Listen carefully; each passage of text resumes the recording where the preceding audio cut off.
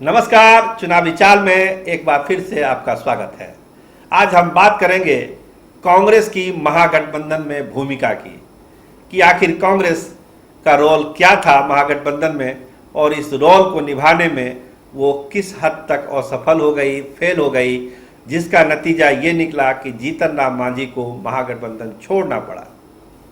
आपको ध्यान होगा, याद होगा कि दो तीन बातें हो रही थी महागठबंधन के अंदर। महापंचायत भी हुई दिल्ली में, पटना में भी बहुत सारी बैठकें हुई, लगातार शक्ति सिंह गोहिल पटना आए, दिल्ली गए, तमाम चीज़ें हुई।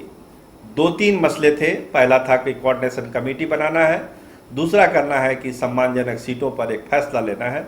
ये दो चीज़ें थी और दोनों ही चीज़ों में राजद ने पहले ही अपना स्टैंड क्लियर कर दिया था कि इस सब में अभी कुछ हम लोग बात नहीं करेंगे, कोऑर्डिनेशन कमेटी नहीं बनेगी और सीटों के जो बंटवारा का मामला है इस पर अभी थोड़ा ठहर के बात होगी। तो राजद की तरफ से क्लियर कट था, लेकिन कांग्रेस के ऊपर जो घटक दल थे, उपेंद्र कुशवाहा की पार्टी थी, मुकेश सहनी की पार्टी थी और जीतन राम मांझी ने एक भरोसा जताया कांग्रेस के ऊपर कि आप बात करिए, आप सबसे बड़े दल हैं, देश के राष्ट्रीय दल हैं, आपकी बात जरूर मानेंगे। लेकिन क्या हुआ आपको मालूम है और जीतन राम मांझी को महागठबंधन से बाहर जाना पड़ा। तो आखिर कांग्रेस क्यों फेल हो गई? कांग्रेस ना कुछ कह पा रही है, ना कुछ छुपा पा रही है। लगता है कांग्रेस अब केवल अपने लिए, अपनी इज्जत बचाने के लिए महागठबंधन के भीतर है कि किसी तरह वो अपनी इज्जत बचा ले और कम से कम 50 सीट 55 सीट किसी तरह उसको मिल जाए। घटक दल कहाँ जाए, कैसे क्या करेंगे, ये उनकी जिम्मेदारी है, उनके माथे पर कांग्रेस ने करीब करीब छोड़ दिया है। अब उनसे उनका बहुत ज़्यादा तालमेल या बातचीत या संवाद नहीं हो रहा है। कांग्रेस ने साफ किया है कि जो उनके 26 सीटिंग एमएलए हैं उनको टिकट दिया जाएगा और 20-25 ऐसी सीटों की तलाश कांग्रेस कर रही है, मजबूत सीटों की, जिस पर उसके उम्मीदवार खड़े होंगे। इसका मतलब हुआ कि 50 के आसपास का जो फिगर है उसके आसपास ही कांग्रेस रहना चाहती है।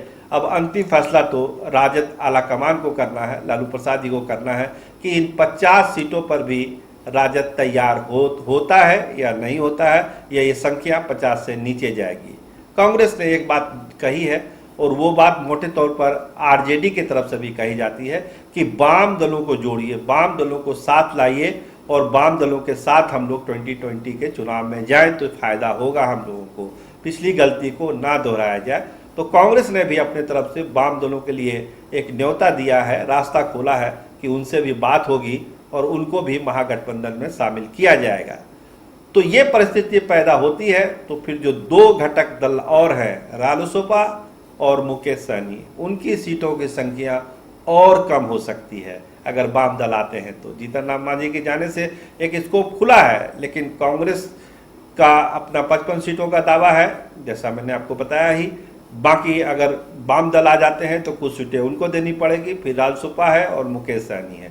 तो ये सारी सीटें बटनी है, क्योंकि आरजेडी ने एक मोटे तौर पर कह ही दिया है कि 150 से 160 सीट वो खुद लड़ेगी, उसमें भी कोई कंप्रोमाइज़ करने की स्थिति पैदा नहीं है। एक दो सीट की बात छोड़ दी जाए तो वो बात अलग है।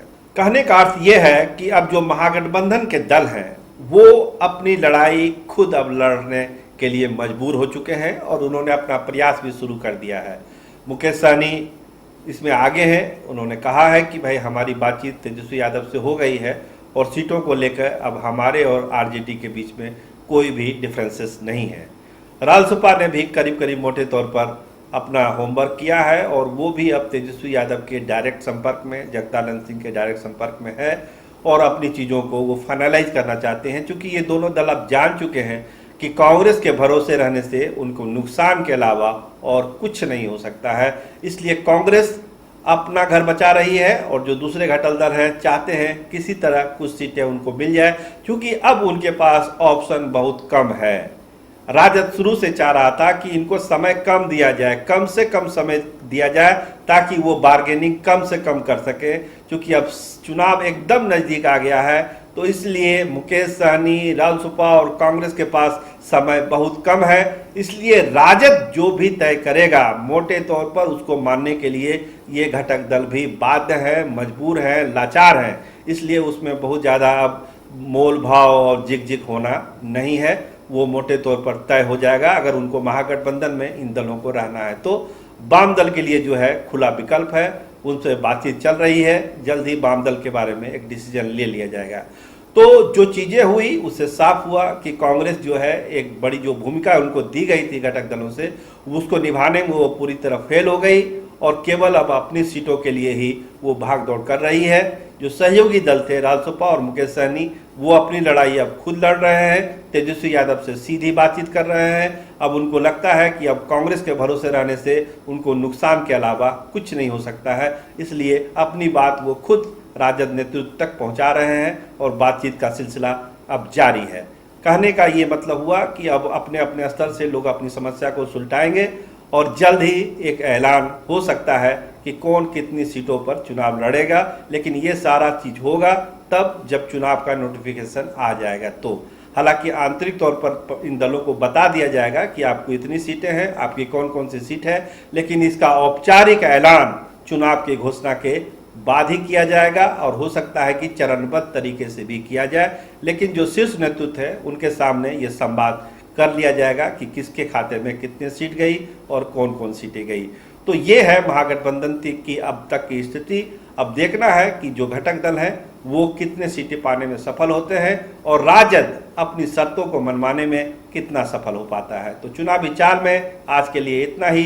कैमरामैन राहुल राज के साथ मैं सरोज सिंह, धन्यवाद, नमस्कार। हमारा चैनल आपको कैसा लगता है हमें बताते रहिए, आपका प्यार हमें लगातार मिल रहा है, हमारा हौसला बढ़ता है और हम कोशिश करते हैं कि आपको बिहार के सियासत की अंदरूनी खबरों से आपको लगातार अवगत कराते रहें।